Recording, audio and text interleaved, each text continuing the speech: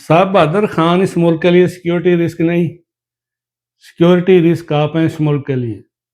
اصل میں رسک جو ہے نا، وہ آپ کو خان سے اس بات کا ہے کہ وہ آپ کا جو 78 سال سے ملک پر ناجائز قبضہ ہے اس سے وہ آزاد کروانا چاہ رہے ہیں۔ آپ کے ناجائز قبضے کو رسک ہے، آپ کی بلینز ڈالرز کی ناجائز کمپنیز کو رسک ہے، آپ کے پلازے، جزیرے، رقبے اور بلینز ڈالرز کے کرپشن کی منی لانڈرنگ کے پیسے، ان کا آپ کو رسک ہے، آپ کے ناجائز کاروبار کو رسک ہے، آپ کی اسمگلنگ اور کرپشن کو رسک ہے، رول آف لا سے آپ کو پرابلم ہے، آپ کو 78 سال سے اپنے کیے ہوئے جرائم، کالے کرتوت جو ہیں ان سے پردہ اٹھنے کا آپ کو رسک ہے۔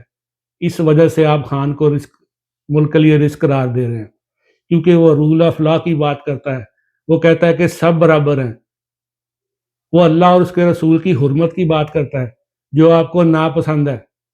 آپ پیپے بھر کے ٹن ہونے والی قوم ہے، آپ ایک مافیا بن چکے ہیں جو اس ملک پر 78 سال سے قابض ہے۔ آپ کی زندگی اور آپ کی جو کمپنی کی زندگی ہے اس میں اور عام پبلک کی زندگی میں زمین و آسمان کا فرق ہے۔ لوگوں کے پاس کھانے کو، روٹی کے لیے ایک پیسہ نہیں ہے، اور آپ نے چوروں کو اور حرام خوروں کو اوپر آپ نے بٹھا کے لیے رکھا ہوا ہے۔ کیا زرداری ملک کے لیے سیکیورٹی رسک نہیں؟ کیا نواز شریف، شہباز شریف، مریم شریف یہ سیکیورٹی رسک نہیں ملک کے لیے جن کو آپ نے بٹھایا ہوا ہے اس کے اوپر؟ اور جو corrupt mafia, money laundering mafia, divide and rule والے اور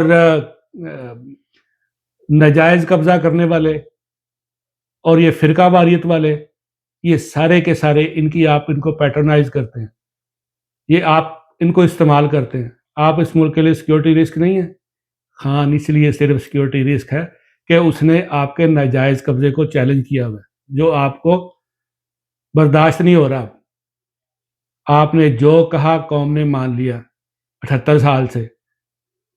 آپ نے کہا بھٹو غدار، نواز شریف غدار، بادشاہ خان غدار، ولی خان غدار، پتہ نہیں کس کس کو آپ نے غدار کہا، الطاف حسین غدار، قوم نے آپ کو مان لیا۔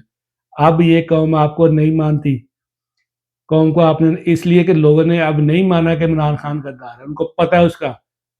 یہ آج کی قوم ہے، ان کو پتہ لگا کہ آپ سارا بکواس کر رہے ہیں، اس وجہ سے آپ کو تکلیف ہوئی ہے اور آپ اس کو سیکیورٹی رسک قرار دے رہے ہیں۔